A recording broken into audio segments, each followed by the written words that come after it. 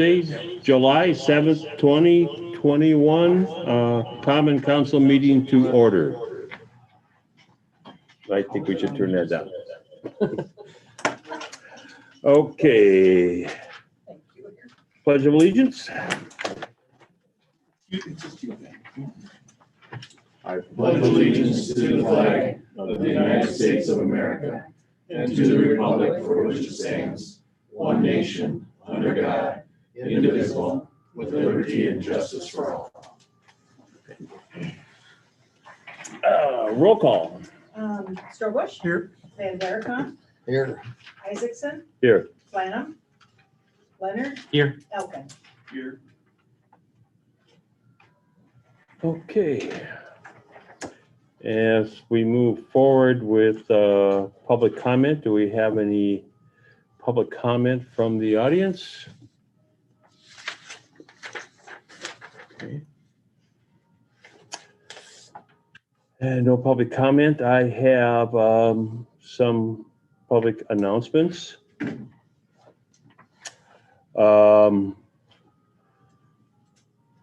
Summer Thursdays is coming up. We have the Johnny Cash tribute coming up this Thursday. That's tomorrow night from 6 to 8.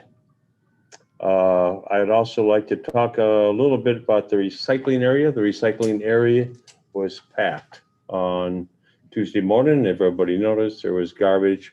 I don't think, I didn't go look at it, but there was a lot of cardboard in between the recycling containers. So people are using the recycling and using it quite a lot.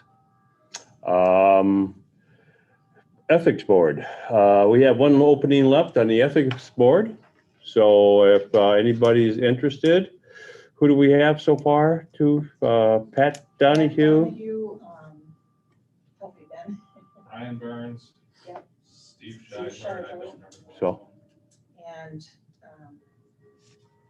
Dale and Donnell Olson, okay. one of the two of them. Okay. Yeah. So, and also we have an opening in Ward 2, which is serves District 3, 4, and 5 at the south end of town, south of Baker, south of Broadway, for city council openings.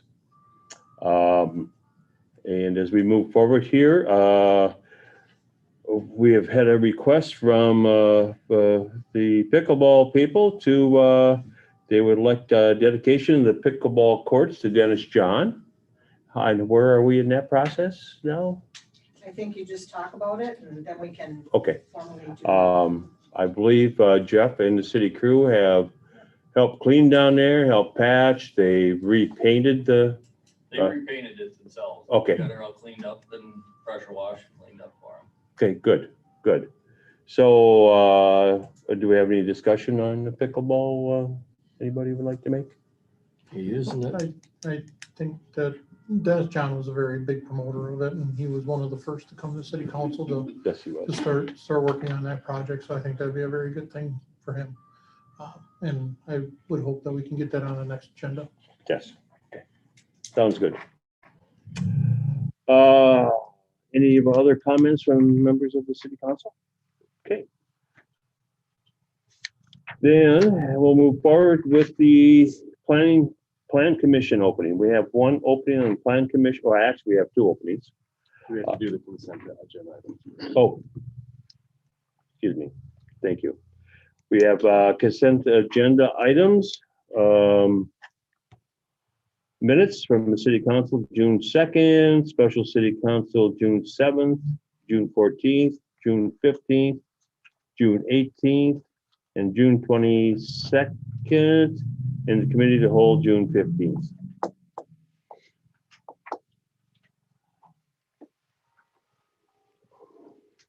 Move to accept the minutes as presented. Second. Okay, any further discussion? Okay, all in favor? Aye. Any opposed? Oh, there's. Oh, thank you, Sarah. Okay, motion approved. Okay, we have, now we can move on. We have two openings on the plan commission.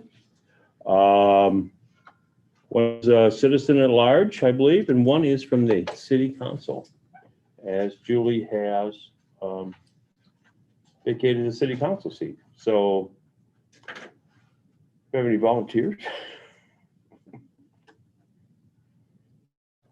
We meet the third Thursday at 9 o'clock in the morning. Yeah, 9 it's- a.m.? The last meeting we had was in January, so it's not every month. It's when issues come up, like what's on the agenda tonight. Is Julie willing to stay on as a I'm gonna ask her to see if she'd be citizen member. Yes, citizen member? she was, she's been on for a long time and Yeah. she'd like to serve some more. I'd volunteer. Eric? Okay. Then it's like the rest of the city council announcements. We have a motion to approve Eric as, So move. I'll second it. okay, any further discussions? Okay, all in favor? Aye. Any opposed? Okay, motion carries. Thank you. Ordinance 11-2021. I believe Tom brought this to the committee of the whole, and he was asking, you want to explain it, Tom? The ordinance was, I brought a couple of draft copies and Ben or Patty had put together there, but what I'm looking at is to be able to have a little teeth in it. As you all are aware, we've had some mischief and some damage over the past few months down at our parks there, and just a formal way to present a no trespass order to individuals that need to stay away for a while so they can grow up.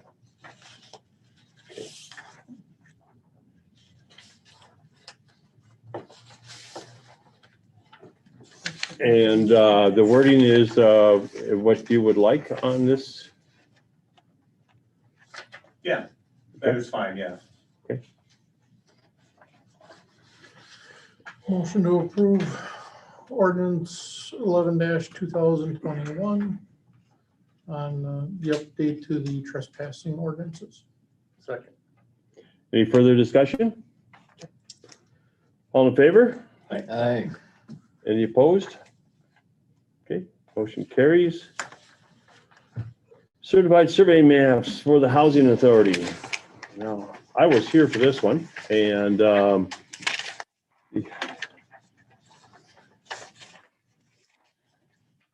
from what I understand,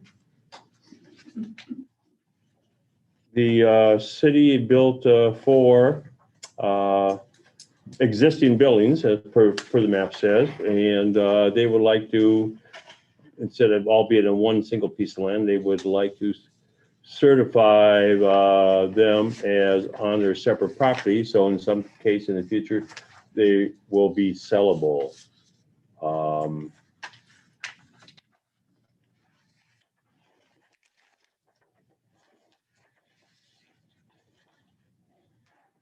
Three of them are either built or under construction, right? Or are all 4 of them? 2 of them are built. That's where Julie lives, right there. Yep. And 2 are being built right Being now. built.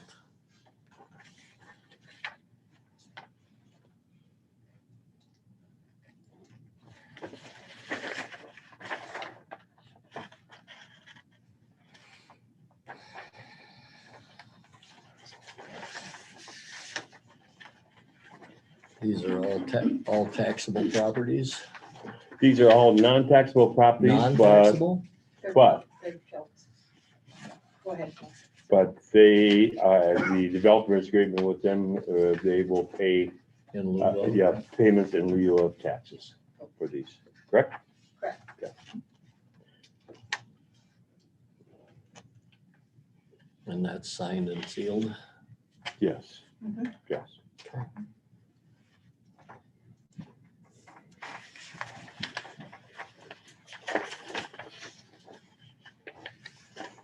So right now, that whole corner is all one, they're just splitting it into 5. Correct.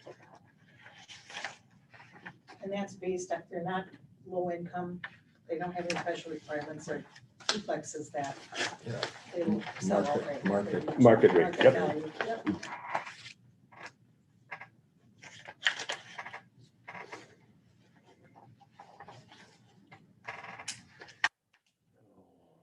Make a motion to accept the replotted property. I don't know how exactly it should read, but what we're seeing here going from one parcel to 5 separate parcels.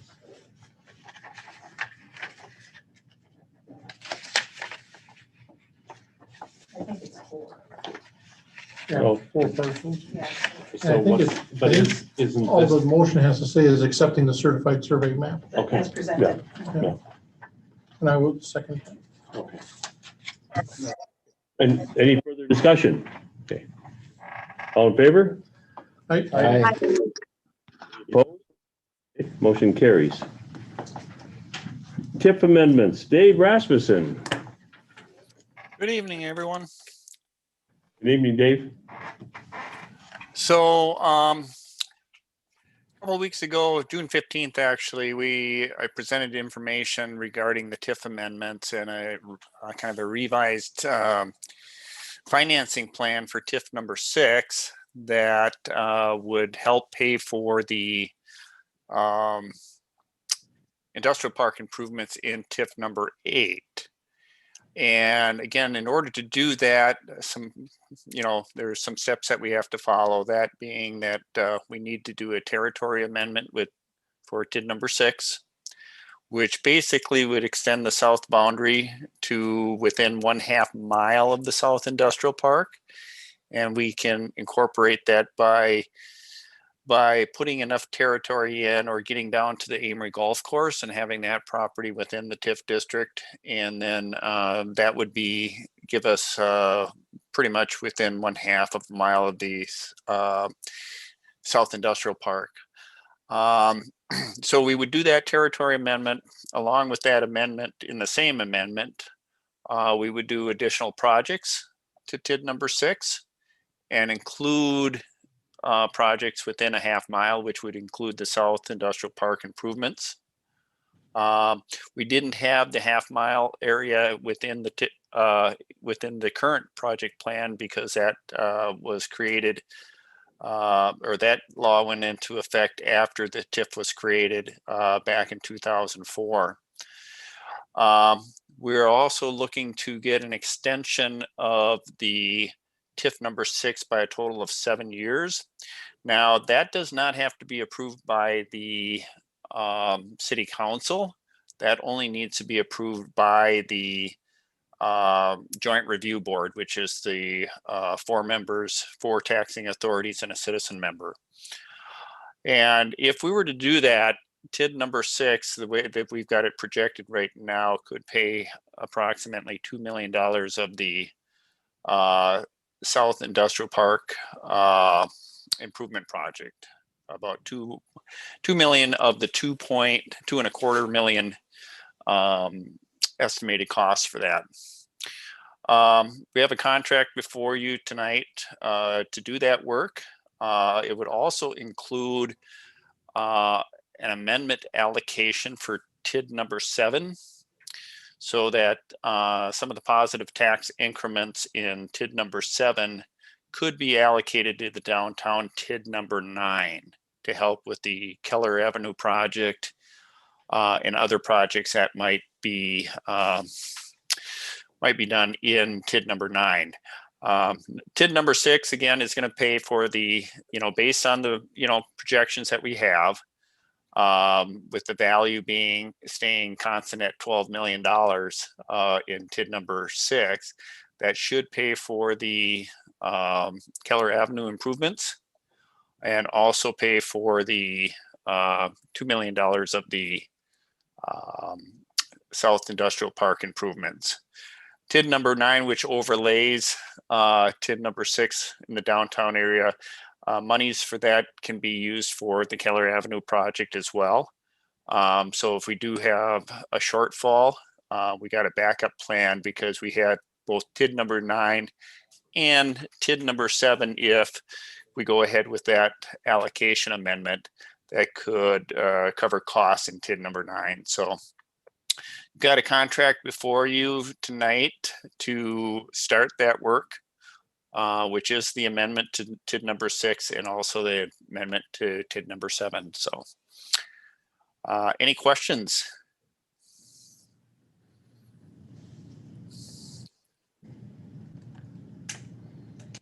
Well, we went through it fairly deep on last week. Derfler from school district was here. He's been working with Amory, and Amory's been working with him. I think other assurances are going to be made available to Sean in the school district to the financial. Yeah, we did that today. Dave actually sent them a Okay. detailed description. So. Okay. So we have covered our bases, and the school district being the biggest hurdle here. It seems like we have their blessing on this, so.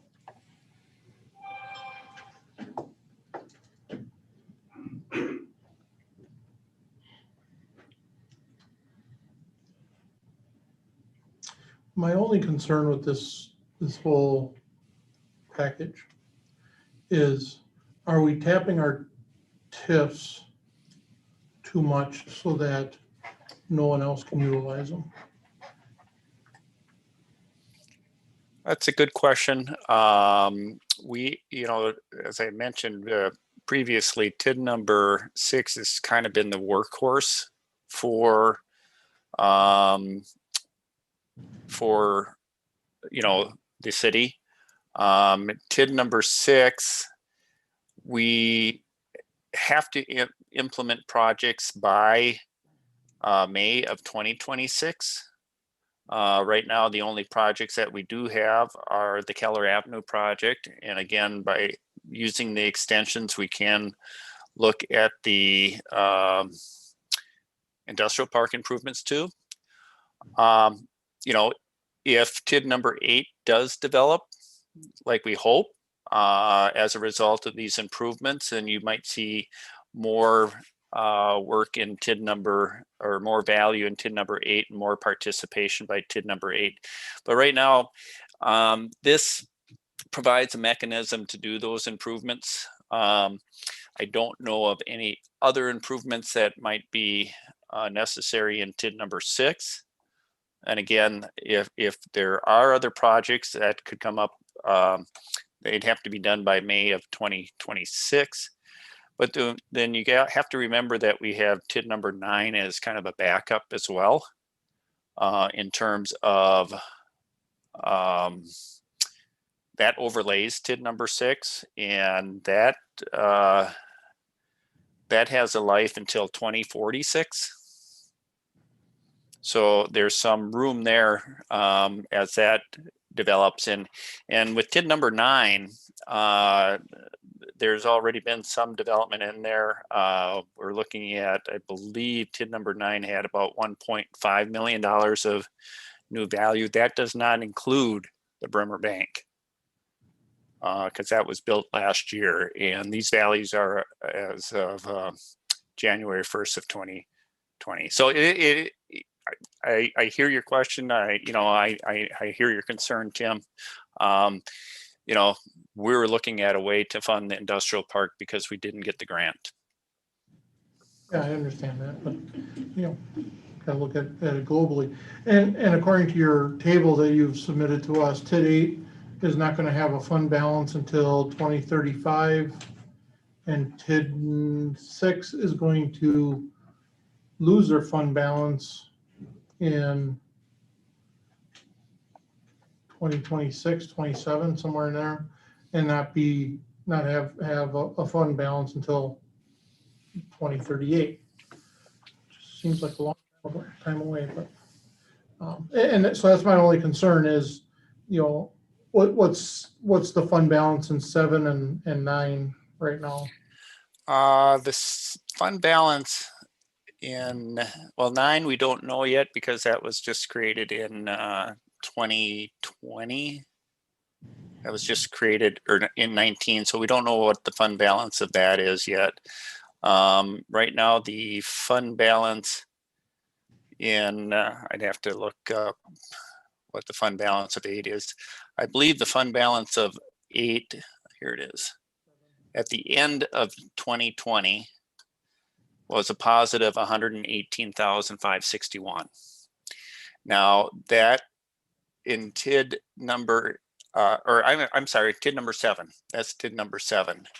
out in the industrial park. I don't have the numbers for TID number 8 at this point in time. But TID number 7 out in the Stour Industrial Park, that had an increment of 51,000 last year. It had expenses of only about 19,000. So the fund balance is a positive 118,000 as of the end. And part of that, part of the expense there in TID number 7 is development incentive to the Amory development. Amory, I think it was, what do they call that?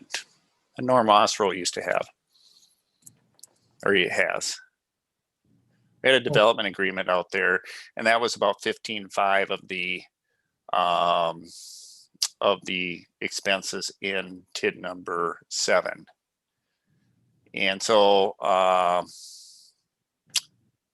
think that ends in the next couple of years. So then you'll be getting a 51,000 in there. And getting back to your question about,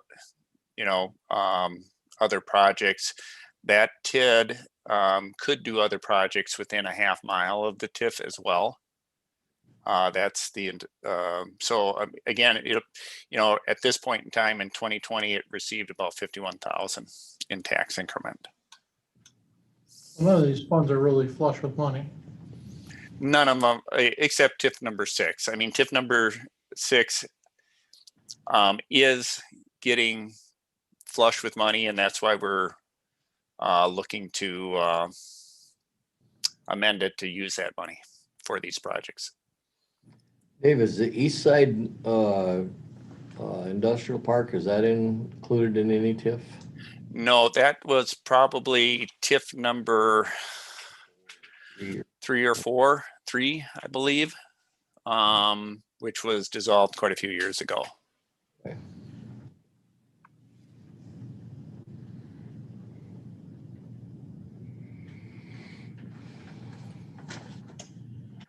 And if I remember our conversation last week, you have approached the WEDC or what, one of those alphabet people down in Madison to make sure your numbers and figures and things are correct and copacetic, I would say. Yeah, when I developed this financing plan using this combination of TIF amendments and allocation amendments, I ran it by the Department of Revenue, and they said that what I had outlined, which I presented tonight, is doable in their eyes. Again, these amendments have to be approved by the Joint Review Board, which is why we met with the school district last week, because they're the biggest partner in the TIF districts. I think they're probably 40 to 45% of the tax increment. So they're one of the partners, and we just wanted to let them know what we were thinking. And as the mayor said, it seemed like they were in good shape or good with it. They did express concerns about their budgets, which, I can certainly appreciate. And then my information today to the, I think the business manager of the school, he seemed to be fine with it too.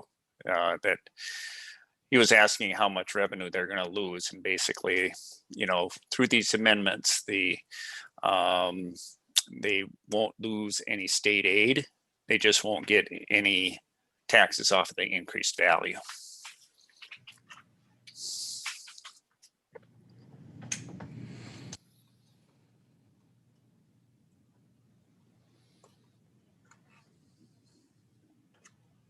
You're a numbers guy, Chad. What do you? The other number we need to put into this conversation too is 71,000 for the change order on the Keller Avenue project. Correct.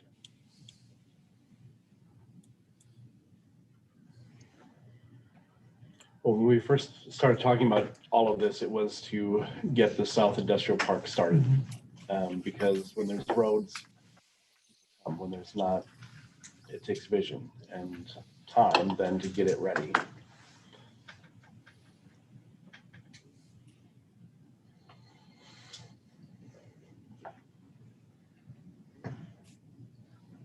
I know that there was discussion 6 to 8 months ago that there was somebody that was interested in a spot in the South Industrial Park. Has that dried up or is that still? We have assigned, what do we call that? They have a special name for it that he filled it out. It would create a $1 million building with 4 employees. Yeah, it was a promise, but it wasn't a promise. It was he was dedicating to it. It's not a developer's agreement. No. No, it was not a Not developer's a agreement. developer's agreement. I think you use that for the purposes of the grant application to try to convince EDA that there was interest in locating in that industrial park. We just can't remember the name of it. Kind of a, Beneficiary, that beneficiary. yeah.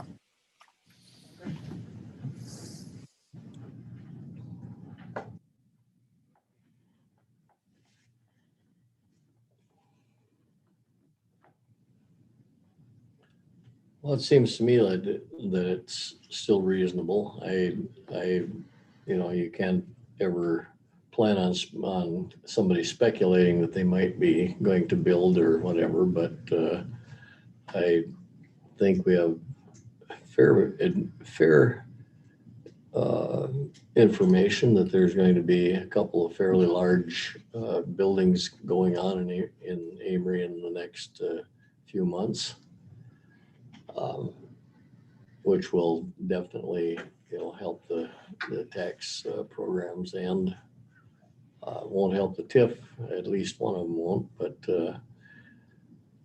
seems to me we're either got to fund it or if we have something else that has to be done, we've done a great job. I think the last 10 years, I don't remember going up in our tax base more than just a few pennies either way. So I guess I'm not too worried about us not having a shortfall. Well, right now, we only have 2 options. Do Yeah. nothing or go with this plan. Yeah, Is there a third option?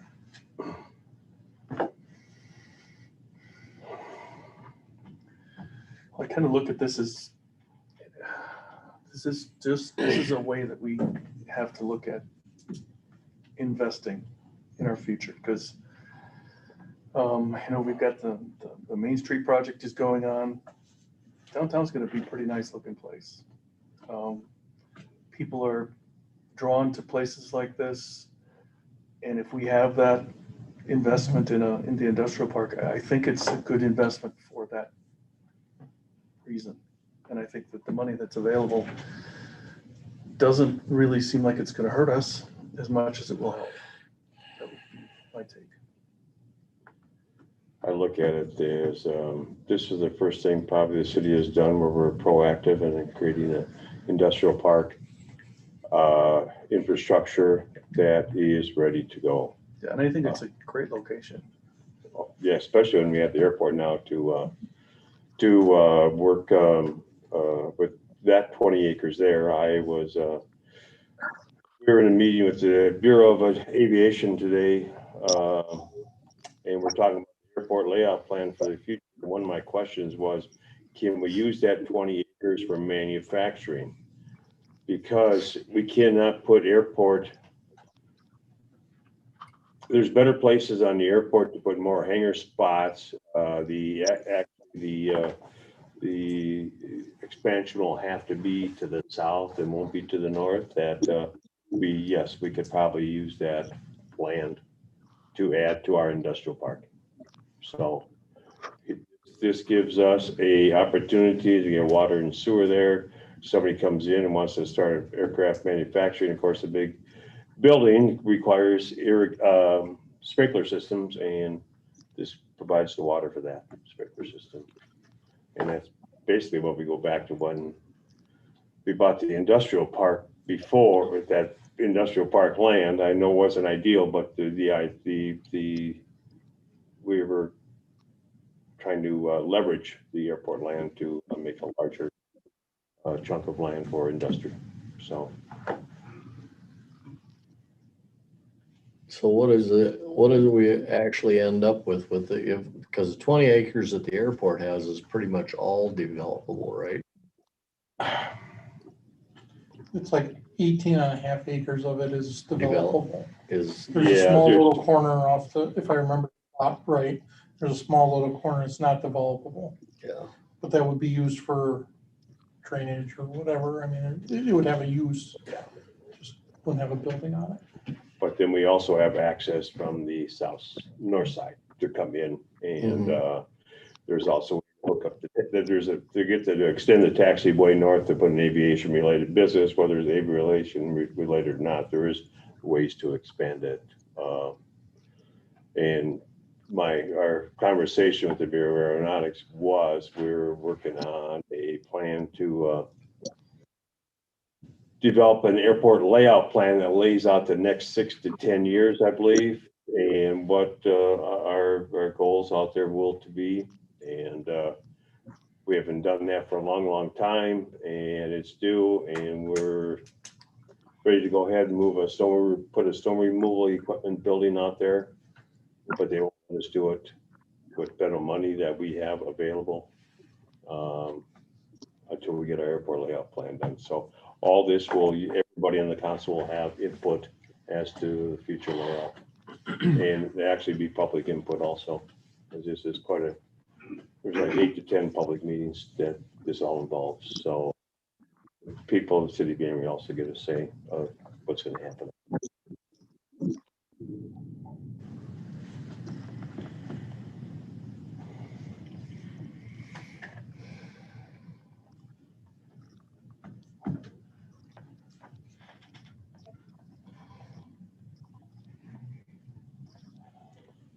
so we need a motion to go ahead with this. Yes.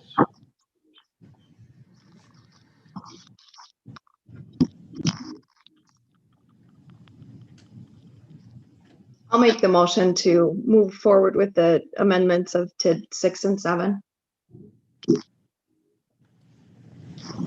Second it. Any further discussion? Okay. This is the big money deal, so let's have a roll call vote. Strabush, Yes, but I'm weary. Mayor Kirkcom, Yes, Flynn, Yes, Leonard, Yes. Yes. Okay, motion approved. Does that cover the contract for MSA also?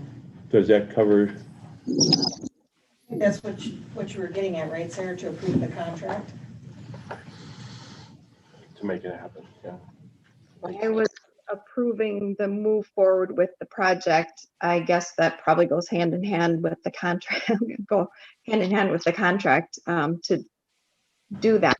So I guess, should I Approve amend? the contract. It's a separate, Yeah, so the contract fee is $14,500. Do all the work to Yep, so it's, rearrange the TID districts and amendments.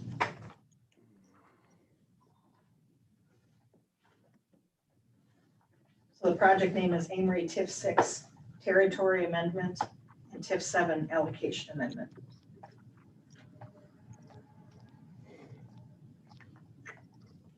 So I guess I'll make a second motion to approve the professional services agreement with MSA for the project Amory TIF number 6 territory amendment and TIF number 7 allocation amendment for $14,500. Second. Okay, all in favor? I, Hey, Right. Okay, any opposed? Okay, motion carries. Okay, thank you, Dave. Thank you. Appreciate it. I have to jump to another meeting, so All right, appreciate it. Thank you now. okay, no parking signs on Keller Avenue. Tom, I think you wanted to talk about this? Yes, I did. A few months ago, we had talked about that in some Yep. meetings there.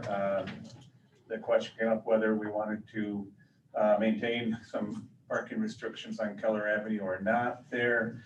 And certainly with the recent conversations about reduction of parking spaces and comments and stuff like that, I don't think the council ever made a decision of whether they were gonna go forward with replacing those signs or not there. So I guess I thought would be a good time after talking to Patty there to get some clarification or get some notice out to the public on how they want to proceed. I know at one point we had talked about maybe contacting the business owners there and getting some input from them.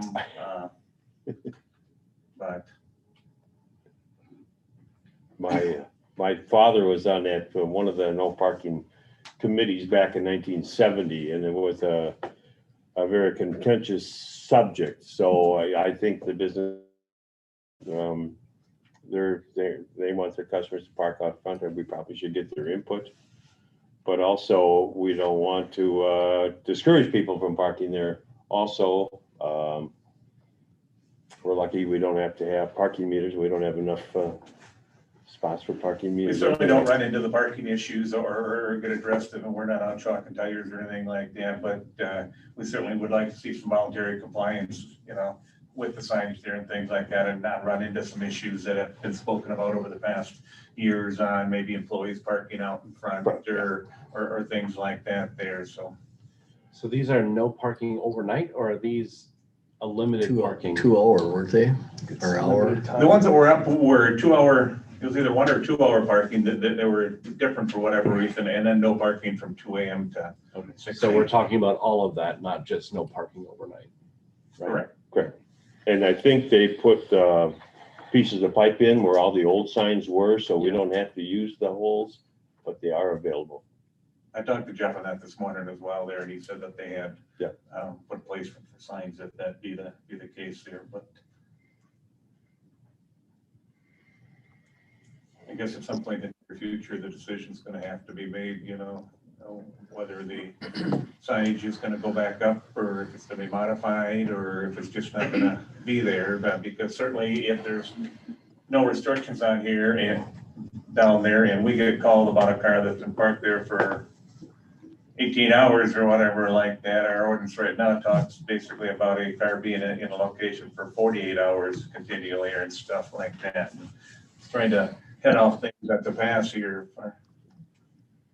We have some insight, at least if we have to address parking issues. We do have a list of all the Main Street business owners.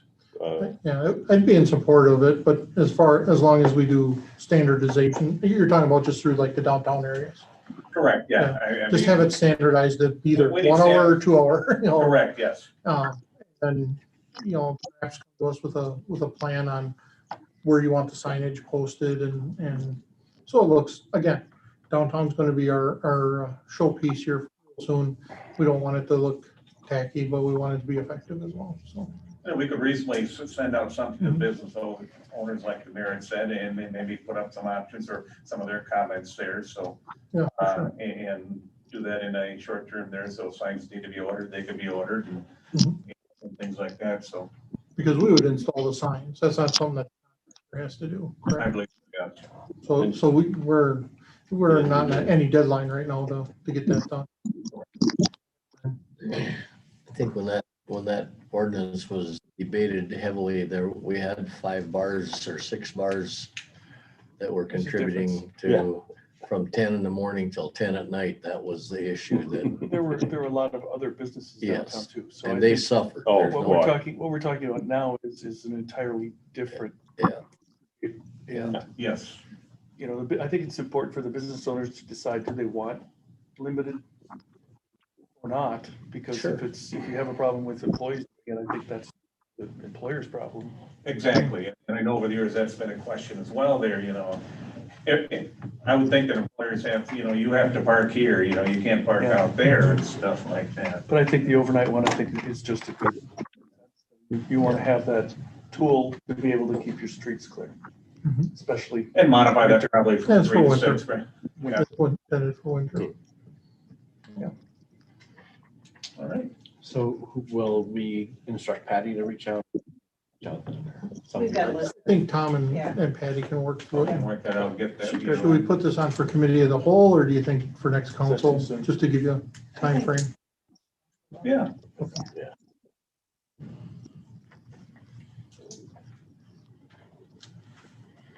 Okay. Moving forward, pay request number 3 for A1 excavating.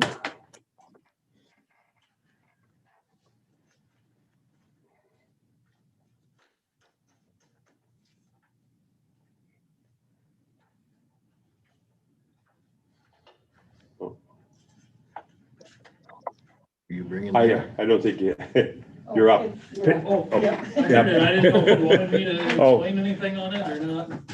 Well, you probably should a little bit and just say you approved it, right? And Yes. No contingencies this time, or anything. Nope, no contingencies this time. We verified with funding that A1 has met all of the requirements to be okay to just approve it outright if that's your choice tonight. Pay request is for $314,000, $49.12. Most of the work that's taken place that's on that pay request has been some work at the lift station. They've got that set. It's hooked up to electricity yet, and that's why they haven't submitted for the whole amount. They've submitted for 75% of that, with the other 25% yet to remain once they get it all hooked up. As well as removal work on the south end. Up to this point, they hadn't completed the removals of blacktop or sidewalk, stuff like that, down south of Elm Street. So, and then there's some concrete work on there as well. So that's kind of the bulk of what you're seeing come through, as well as just the standard items of the project has moved along a little more. So they're requesting a little more mobilization. They're requesting a little more, still not to that full 100% of those things yet. So from my end, we've verified the quantities and we're fine with approving this pay request as submitted. When are they gonna start on the creek? Hopefully in a couple weeks here. They got to get the sanitary in first because the sanitary goes underneath that creek. And so, but in order to get the sanitary in, the lift station's got to be up and running. And so they're still working with Xcel Energy to get that up and going. They're hoping to have electrical contractor on site next week to start hooking that up. So that as soon as Xcel gets some power, it's kind of plug and play from there. So.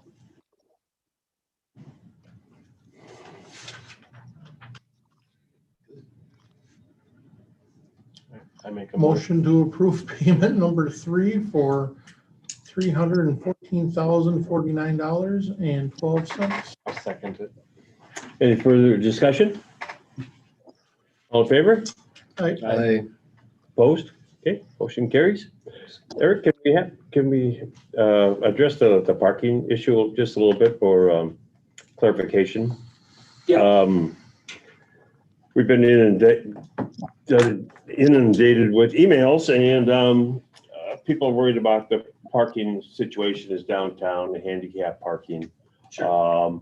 And I believe Eric is working on a plan that he will present to the committee, the whole next week, maybe, that will lay out what there is available, what we can do, what we can't do. Do you like what we have? And things like that. So it's all on the table above board. And we had talked earlier about that. So Yeah, I'll have to work with DOT a little bit on that. Yep. Because this is their marking plan and you guys had input on how it was all gonna go. I can go through the marking plan and have some things that I feel should be changed just because of changes that went on from the old to the new. Like there used to be hydrants located mid-block on both the 100 blocks and 200 blocks. And so those hydrants were yellowed off, so you couldn't park in front of them. Currently in the marking plan, those are still in there, those areas to be yellowed off, but Yeah. now if the hydrants move, there's no reasons for that. So I don't think the parking situation and I'm not, and I'll put together exactly on which blocks parking stalls you're losing versus what was there existing. So we know like on the west side of the 200 block, you're losing one parking spot, or on the east side, you're losing one parking spot, or whatever that might be. So I can break it down and you'll have a very clear this is what we're losing, this is what we're not losing. And so I can work on that for committee of the whole, just so we have that at that point. I think that'd be good for everybody. It's nice to have something to point at. Yes, yeah, and I have started that process a little bit, and I mean, just for clarification, I have to go through all of it, and once the new marking plan comes out and everything, things will change, but as it stands right now, for the west side of the 200 block, I don't believe loses any parking spots from what was there existing. So there are other spots that are going to lose some in the downtown area. Specifically, the 100 block is the one that's going to lose a little more than the 200 block. But the 200 block, you might lose one, maybe two on the whole, like on both sides there combined.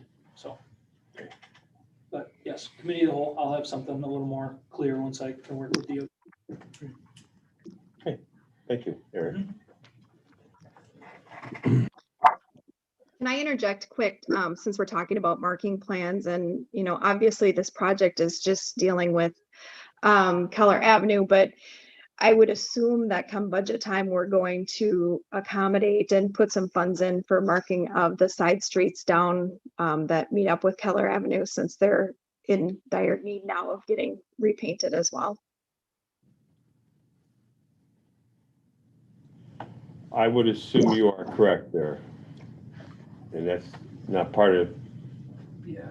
or, So just to kind of follow up on that, Sarah, we're working with DOT on that as well, because we know that in some places we went down the street a little ways, like for example, Maple Street. And so those might be connected to the marking on Keller Avenue in that way. Some of the other ones may not though, if they just need to be repainted and they aren't new in any way, but the ones that have been removed will be repainted if they're in the marking plan to be repainted. So Thank you. And I thought we had, just as a maintenance thing, every year or every 2 years, a company come in and they redid all of our, repainted everything, and Jeff's not here, he probably. I think it was every 2 years. They come in in the middle of the night and they load go-karts and they drive Yeah, out over yeah. the place, so. It used to be every year, and then I think they cut back every 2 years, but then I got an issue, especially over the crosswalks, where they really faded out quickly there, so. Okay, tornado sirens. Well, I guess I'll talk about it as well there. A group of us here a week or so ago started talking about this. And I know that over the past, 5 or 6 years since the one downtown had been removed and things like that, there's been conversations at various times about replacement of that. In 2018, it was budgeted to replace that, and it was obviously taken out there. I know that we get questioned on it. City Hall, I believe, gets questioned on it, probably the fire department as well there. And I don't see any place where a firm decision was made by the council there. Yes, we're gonna do it. No, we're not gonna do it there. And I think some of us are just looking for maybe an answer from the council there. Yes, we want to do it in 2022 maybe, or no, we don't need it and stuff like that, so. And so this is replacing the street and fixing the one on the north end, right? That's what has to be done. That one needed some work. I don't know exactly what, I think there was water leakage in there, if I recall there. Something was put upside down or whatever there, but mainly the one that was downtown and where the parking lot now is over by the trailhead over there that was taken down, I don't know, 5, 6 years ago when they redid the parking lot there. And we've kind of talked about replacing it there, and it's come up at budget times, and then it's kind of been passed over, or priority wasn't there or whatever like that. But I guess I don't see where ever a firm decision was made by the council there. Yes, we want to do it and do it when, and or no, we don't want to do it. So. Well, I think you're right. No decision has ever been made on it. Correct. But and my suggestion to address this would be, as budget time is right around the corner, could we do it as like a capital project? Because if I remember right, some of the numbers were like 20 or 30,000. I think they were, and I didn't get them from Dale there, And- you know. Maybe we need to start using that, injecting that into the budget process and make it a capital improvement instead of it's not really a maintenance issue. It's not, No, it really doesn't fall anywhere else. And it's a significant amount of money too, that it could be a capital. It definitely have to improve that one. It wouldn't fit in anybody else's. it's just that we have made that, it has been brought into the process before there and then nuked out for whatever reason there. So I mean, you know, so I think it's imperative that you have. So if the council's in consensus, let's put it into the budget process. Yeah, I'd like to see in the budget.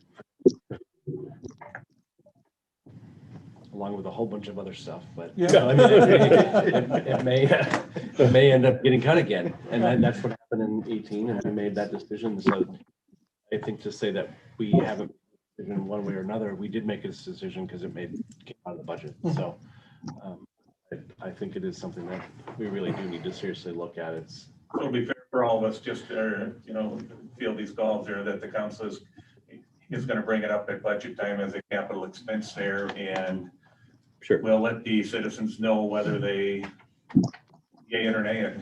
The other thing too with that siren thing, I think a department needs to take ownership of it, be it street department, fire department, police department, whoever, but take ownership of that system so that we can inject that into some sort of the budget somehow. Yeah. That's a really good idea. So Yes. that's what happened now. It's not. Right. So Right now, I guess we don't know where the money's, to repair them or anything like that. And purely what we do is set them off, the fire department response to assist there. So yeah, perhaps it does need to be, one entity needs to be in control of that. So if it's a budget purpose, well, then it has to.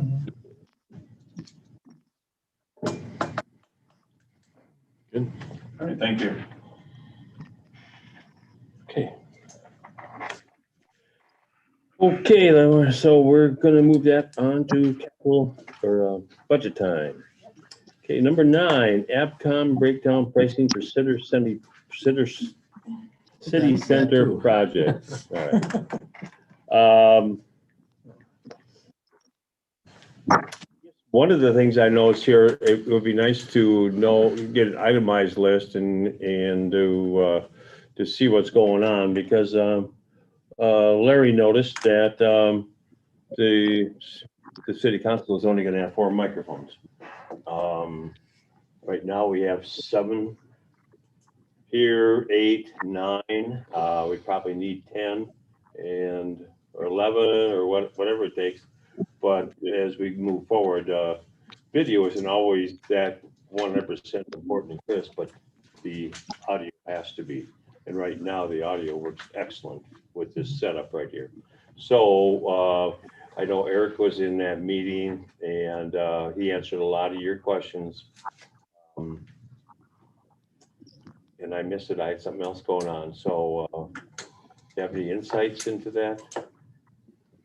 I'm not an audio person, but I have some real concerns about, I looked at that at length, and I think if I counted right, and I may have missed one or the other, I think there are 18 flat screen TVs for monitoring stations. Really? And I counted up, there were 26, I think, cameras in this bid. Good grief. 26 cameras ought to cover 100,000 square feet, not the little dab of building we got to cover. I think the bid is just way overpriced Cadillac Okay, wise. but this is from a wish list from each group. So the city. I noticed that was like that. Yeah. I think there are The question that I- 8 panic stations. There ain't even 8 people in the building half the time. The question that I have about cameras and monitoring, what are you doing with it? Is it something that somebody can sit and watch? because nobody could do that. You have a company that's using, there's a lot of cameras in library space. I'm just not sure what they're for. Well, one of the things I looked at here, I just want to make sure enough wires run the first time. Yep. And there's certain things that we can live without. The wire's there, it's planned for the future. Let's buy that next year. Let's buy a monitor next year. Let's buy a monitor next year. The infrastructure part of it, if you look at it, with all the wiring and termination, is not the expensive part. Correct. It's all the things you hook up to it. Yeah. And so there's no way to sit in that meeting and challenge what was there, because did, whatever they did with getting the information from each of the functional groups. And I'm not going to tell the police department what they need or don't need, because I don't know that. And is it for, for security purposes? Some of it's managing, keeping track of the inbox stations and things like that, where you don't have to have somebody sitting there all the time. I can't, it's not in my expertise at all. Other issue that I found was that the panic buttons and so on and so forth are all go back to the police station, which is not a bad deal, except that 16 hours a day, that's not occupied. We talked about that at Yeah, the that meeting there, changed. and that was not a smart thing to do there. Because of I mean, I'm all for you guys responding if somebody Oh, has yeah, a panic. yeah, I That's am not too, the but issue, you- but you can't do it if you're not there. And stuff, so it would need to be some type of service that was hooked up with the fire service.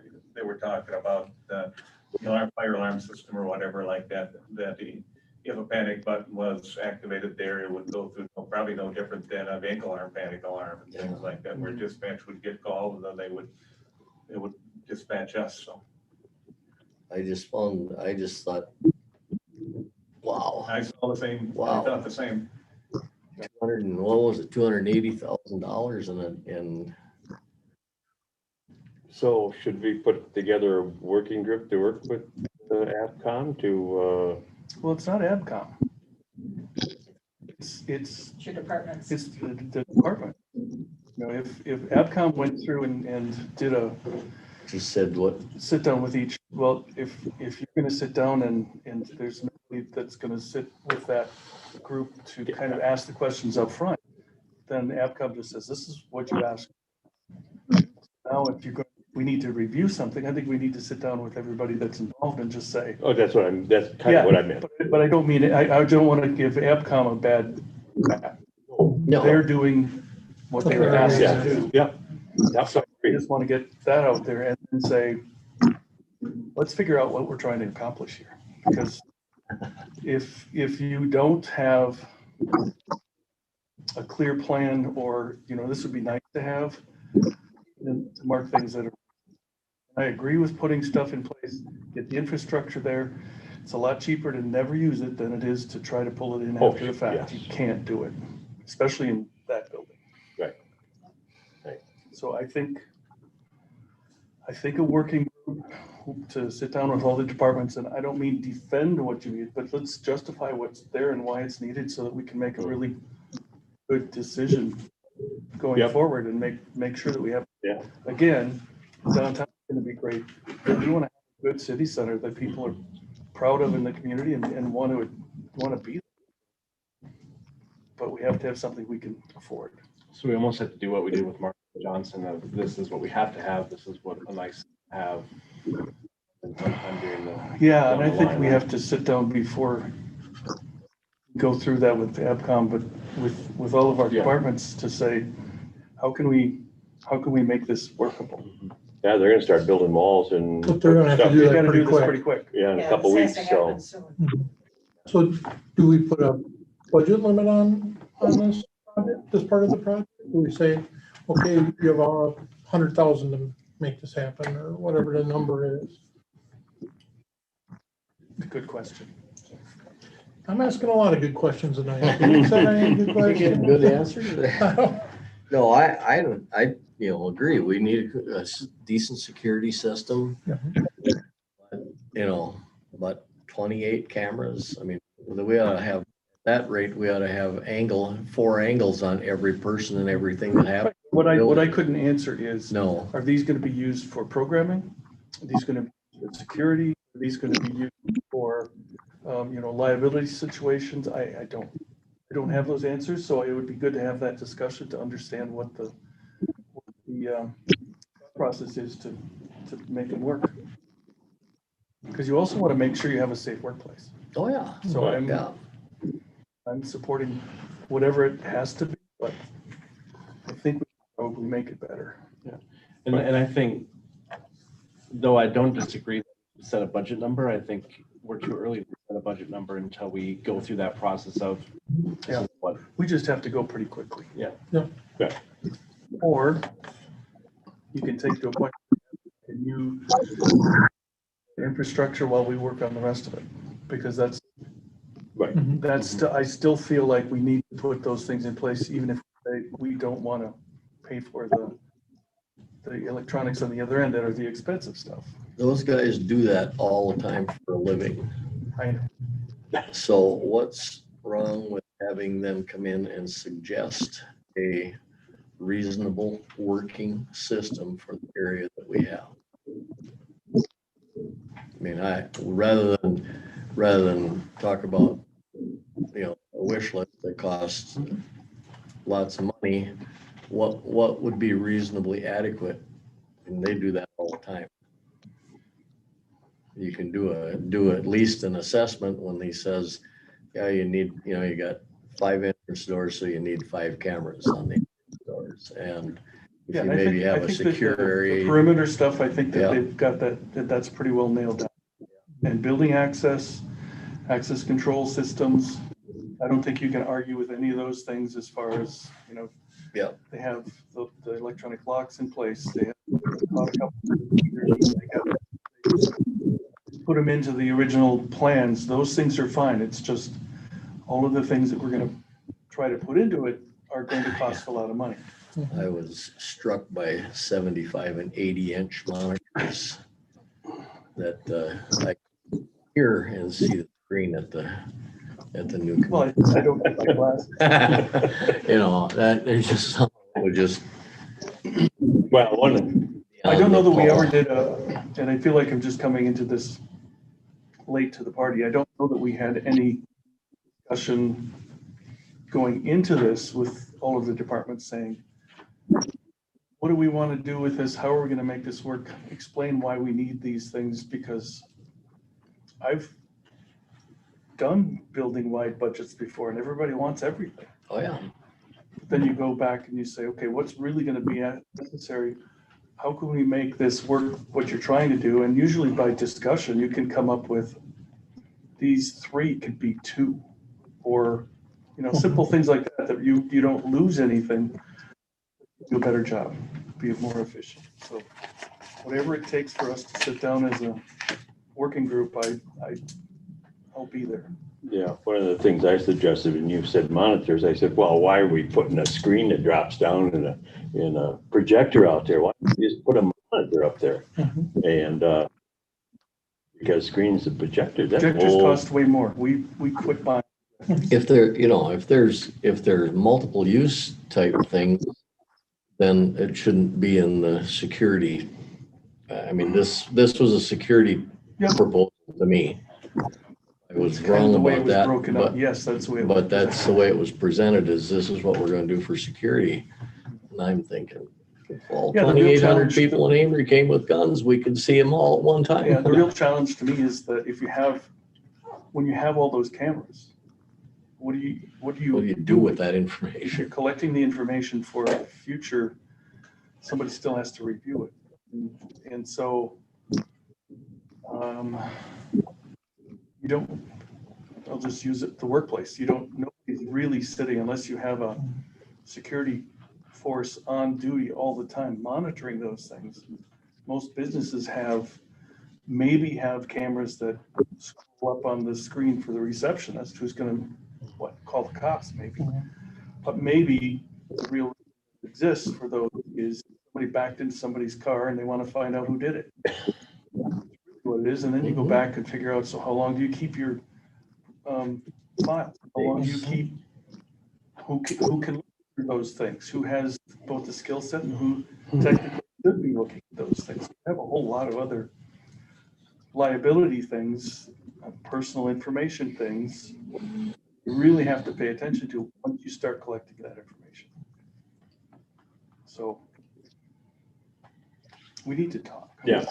One of the things is for communication in the future, and the main part of the city council chambers or the court is the part for future use. And Larry was quite eye-opening. He said it looks like it's designed for presentations. Well, we're not here for a presentation. We are here to broadcast what's happening. If we miss it, this is live, you only have one chance. So we have to have good video, or we have to have good audio with the source. So, and there's all kinds of different ways to do that, according to Larry. So what I'm hearing is we're sending this back to department heads, AMCOM, you, to rework this plan? I think so. Re-examine it? Yeah, and it's, I think I'm looking for a positive. Somebody gets, what you're at, or we have a way to do something Build on it. phased approach. Yeah, phased approach would be a good idea also. Get the wire in the wall. Yeah, that part's no question. And you have time the next couple weeks to, I'd like to see one person drive that process. So whether it's you or Patty or. I think it's Patty, I think it's you Thursday, and me. Thursday, I think is when he wants to meet This or next? next. Okay.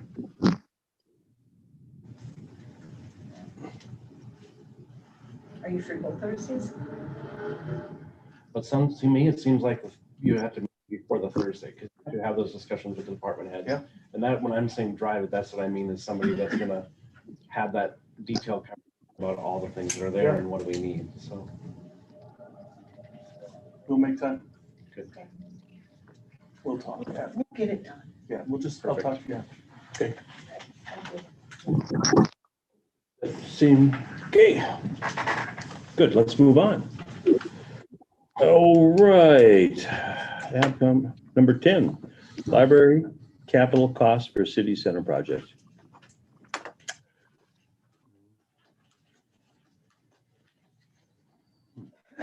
Good evening. My name is Ashley Long. I'm the Amory Area Public Library Board President. I am here on behalf of the Library Board to submit the library capital cost request for the new city center project. John Thompson from IFLIS put this request together on our behalf, outlining the capital expenses needed to outfit the library in the new city center location. I'll be handing out a 2-page document listing the capital costs. The top page is a revised capital cost request, and the second page is the original. The original request was submitted to Patty Bjorklund on June 30th. The revised request was submitted to Patty Bjorklund on July 1st. The request included in tonight's public agenda packet is incorrect.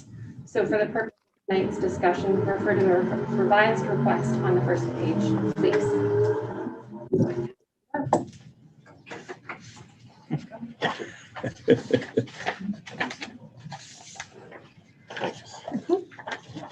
Thank you.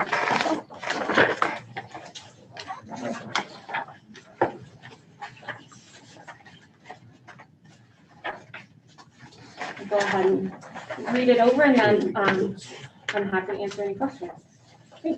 So is the only difference the last line? The total. Yep. Yep, and then if the handwritten amount, this is done by John, the author of this request. So it's not completely different, it's just we had to do our own adding to add in that written amount. Well, Yeah. I mean, the total is not reflected, but Yes, yeah.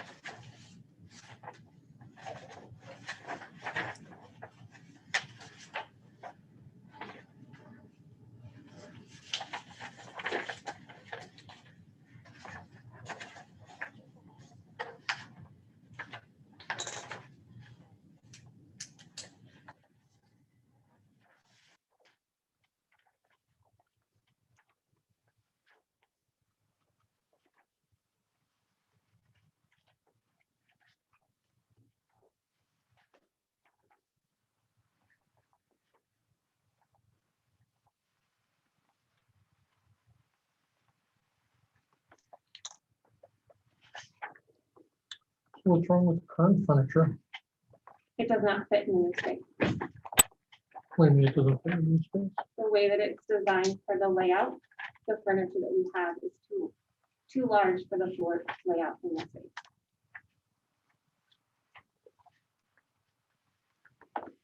In order to get the collection and the materials, the furniture does not fit for the design on the floor plan. Does some of it fit? We are taking some of it with us, yes. The pieces that fit and work in the new space are coming with us. Which pieces don't fit? You'd have to ask John and Amy that. They're the ones who decided. Which pieces don't fit? Some of the large furniture that we had, the step chairs and stuff, they just the amount of space that we have, they're too big, they won't fit in those spaces. Oh, but the shelving is the biggest cost. Our shelving was specifically built for the West Campus condo location. The concern is the height that we've discussed before and has been voiced here at, I think it was the March 6th meeting or March 4th meeting in 2020. It was brought to the council's attention that the sight lines, the amount of light, and the height wouldn't work in the new space because of the fire sprinklers.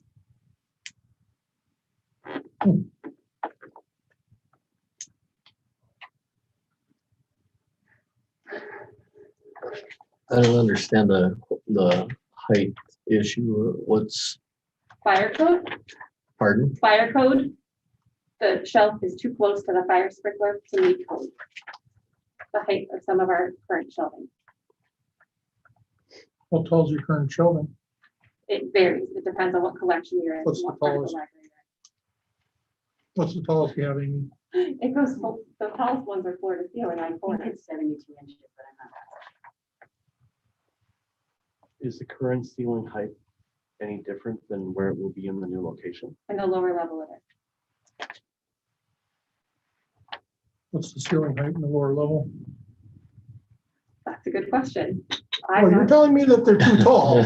So you obviously measured them, or somebody measured them. But I'm also here presenting a memo submitted on behalf of us by John, who's on vacation for this meeting. So I'm here at the request of the library board. Oh. If you have those questions, maybe we should ask. You're John. asking for $343,000. So, I mean, we need to have, some information. I'm happy to ask John and have him get back to you.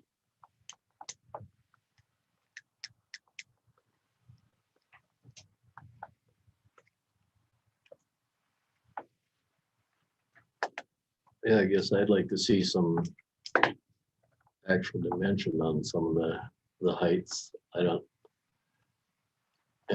know what the fire code is for height from sprinkler heads.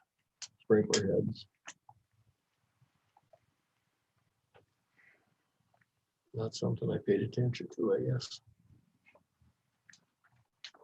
And the ceiling heights have changed in there now.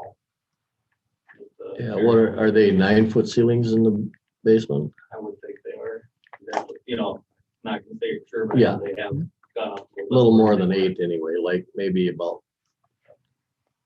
like these are probably 9 foot.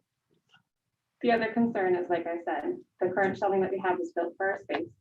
It is wood. We've got bowed shelving, and we are concerned that some of them may not make the move. So to rely on those shelvings in the brand new space is not ideal and does not take care of the needs of the library in this new location. Is the library board willing to put any money towards this? The library board has never been requested to have any financial responsibility with the new city center project. You guys have never let us know if there is financial responsibility assigned to the library board. But again, would they be willing to put money towards it? If that is the decision of the city, you can submit your request in writing to the library board so I can add it to the agenda you can discuss.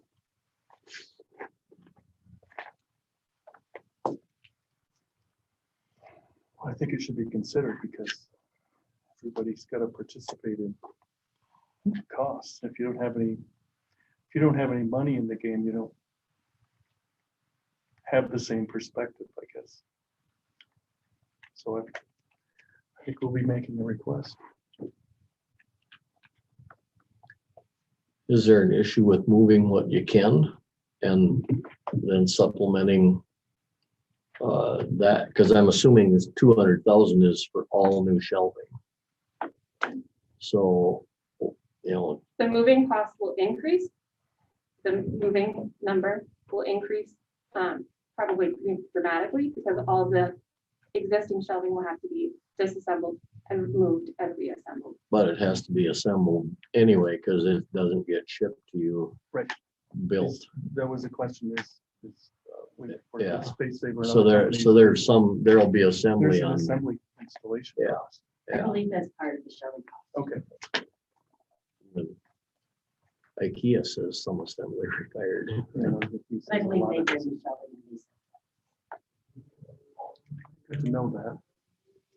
I've written it down as another question. Well, I think you're gonna probably have to go back to the board and present that as, some type of a sharing situation. It's $350,000. That's a lot of money. It was also not anything that we were approached, the library board was approached about budgeting for in the last year and a half, or that it was your responsibility. So as much as I respect and understand that you guys want for the library board to contribute, we weren't contributory to this decision to be moved. And we've been asked to be a part of it, get on board. We designed the gem on Main Street that has been asked, and this is what we need for this space. And that's what this request is. If it's your desire, please submit it and write it to the library board to discuss this communication. Would the library board consider taking on debt? The library board, I don't believe plans is on debt. The city is their fiscal agent. It would be through the city. That would be something that would need to be presented to the library board. Because that would be an option. Finance through the city.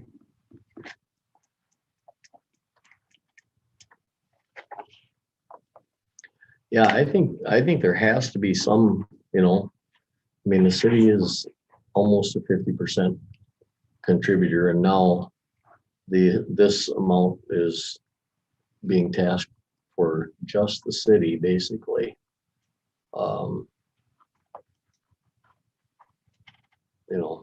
If 50, whatever, is it 52, 53% or something like that comes from Act 150, seems to me that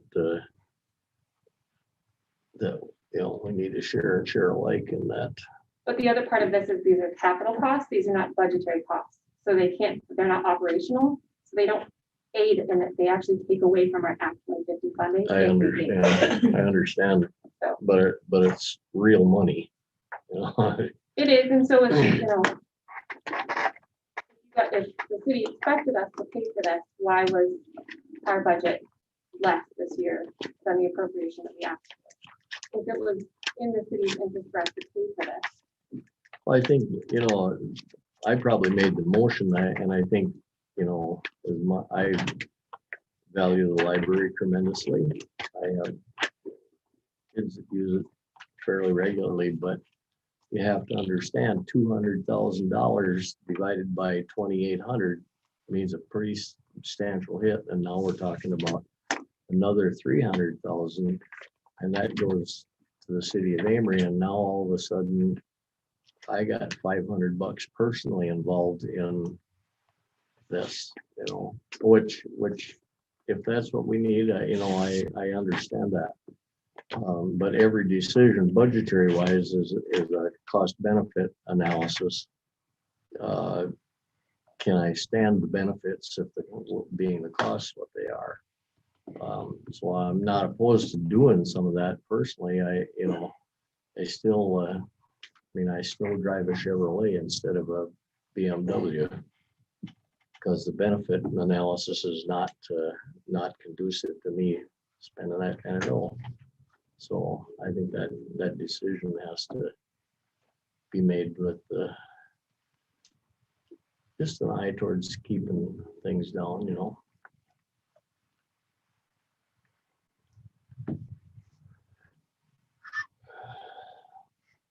So can we draft a letter to them? I think the other thing that would be helpful is to understand the height, the height within the lower level. It's based upon when we went through tours and our assumption, let's connect with Market and Johnson. What is the actual height of the lower level? And also, as you said, John, because he's your technical. Yeah. The other issue of, shelving is the lighting, the sight lines specifically, especially on a multi-floor library. I mean, it's not just the height, there are multiple reasons, and I'm sure he would be happy to draft an email to Patty to pass on to you guys in regards to why. Is that suspended ceiling in there? In the basement? Is it? Yeah, so maybe, Let's drop it. maybe it's just how you space the lighting that's gonna be in there. You know, because these can move 2 feet either way. Yeah, I guess I would like to understand the difference between the current location and the new location from height requirement or heights and all that stuff. And if there are shelving that is bowed, you'd have to fix it now, right? So whether we're moving or not, that would be something that would have to be fixed. If the couch gets a hole in it, you'd have to fix it, right? So those to me, though they're capital, they're not building infrastructure, I guess, from my perspective. I would like to see why the shelves cannot work in the location. Yeah. And some may get damaged as we move, and then we figure out what we do with that. One of, Jody is the architect, and I think she took a look at all and pictures, and she knows what she's moving there. We should include her in the conversation also. Yeah. And if they don't, like you said, if they're broken and not usable, that's a maintenance issue. Now you got. Yeah, and something that You you have to said, replace I'm curious about, you have a layout for the new space for the shelving. It's on my picture. And then I'm assuming that they did it, that Market and Johnson also did the ceiling plan according to what you will need for lighting and so on. I believe so. Because otherwise that would be a mess. Do we know if those that were based on the I shelving? think this is based on your shelving. That's based on new shelving. We should double check that with Jody, but it's our belief that that is our new shelving plan included in those specs. And then we need to go to the drawing board with it then, because I don't ever remember a conversation about we're putting brand new shelving in where we went through the Market and Johnson line item by line item. Yep. FFE has never been a part of any contract that you guys have negotiated. But the library has been represented within the design phases, right? So how is it that we don't know what other areas are doing? When we're gonna be asked to pay for it? We've never been communicated, same other side of the coin, we've never been communicated with that we would have any financial responsibility for this project. So the, swings both ways. It wasn't included there, it's not been included or communicated here. We have, if we are going to move forward with any of this, we have to start securing vendors by August. Right. So we're under a time crunch, we are here, we're asking, and we're hoping that we can make, the new library. Well, somebody has to come together, have a discussion about what's needed, why the current shelves can't work in the location. End of the day, we as a council could say, we're not approving it. We don't have to send a letter to say it's on you, right? I mean, we could say we're not going to approve this. You And can what would choose you- not to approve it, yeah. Right. But again, if you want for the library board to discuss paying for it, there does need to be a request. Because you are switching our space. If it's our responsibility to be a part of this project to financially fund these costs, and the expectation is that we're moving into this new, I think it's 3.856 project now. I mean, that needs to be communicated what the expectation is. And if it's on us, tell us it's on us. We've not heard any communication. We're asking, please let us know. what your I would say expectation. bring your current shelving with, and that saves $200,000 unless there's something that breaks. But, so that's, I don't know where we go from here, but,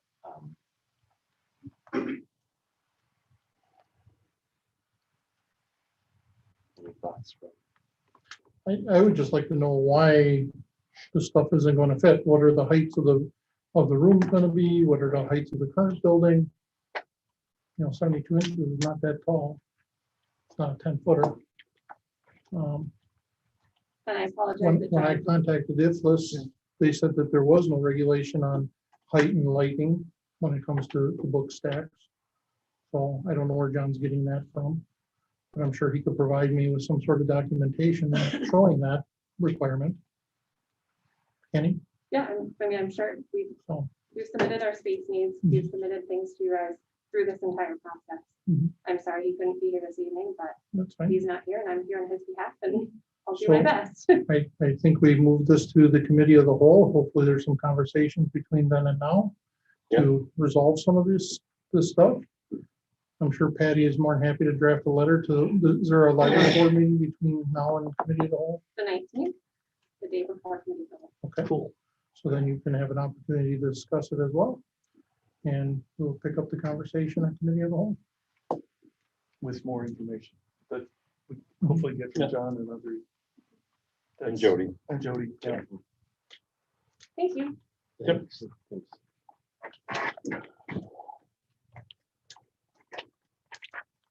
Okay, number 11, pay for performance.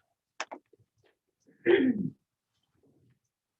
that in your packets just to get everybody ready, thinking how we need to deal with raises, how we're gonna pay our employees. We've got a matrix in there that I included, as well as the evaluation form and how we come to those figures. We just punched in some numbers, so you can kind of see it matches up with the evaluation and how we score them and what the total would be. And then we also have a matrix included for you to look at. Myself, I'm going to probably do reviews the end of this month. So we have it ready and going for budget. And then we can have a good discussion on how we want to move forward with how we pay our employees. There's Public Works on that same schedule too. We sure will. Yep, everybody will be. Oh, sorry, I'm sorry, I didn't notice that you came back. Yeah. We'll do it all, so we'll take care of all that. So then we have a good foot moving forward for August, and then we can be ready for budget. The other thing that needs to be addressed is unit contract expires at the end of the year as Yes, well there. it That's, does.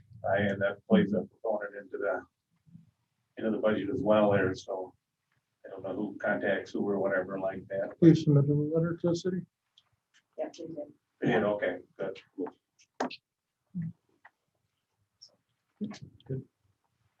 Just wanted that on your radar for future. Appreciate it. Yeah. Good, thank you. Okay. Next. Closed session.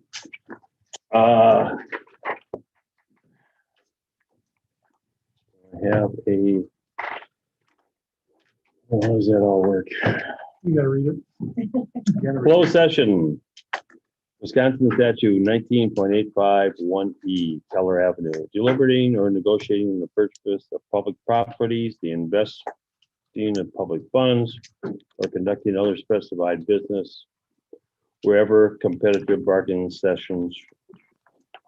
reasons require a closed session. We will come in out of closed session No action. with no action, correct? Adjournment only. Adjournment only. Motion Make to sense? Go into closed session. Second. Roll call? Bill Bush, Yes. Van Blaricon, Yes. Isaacson, Yes. Bowman.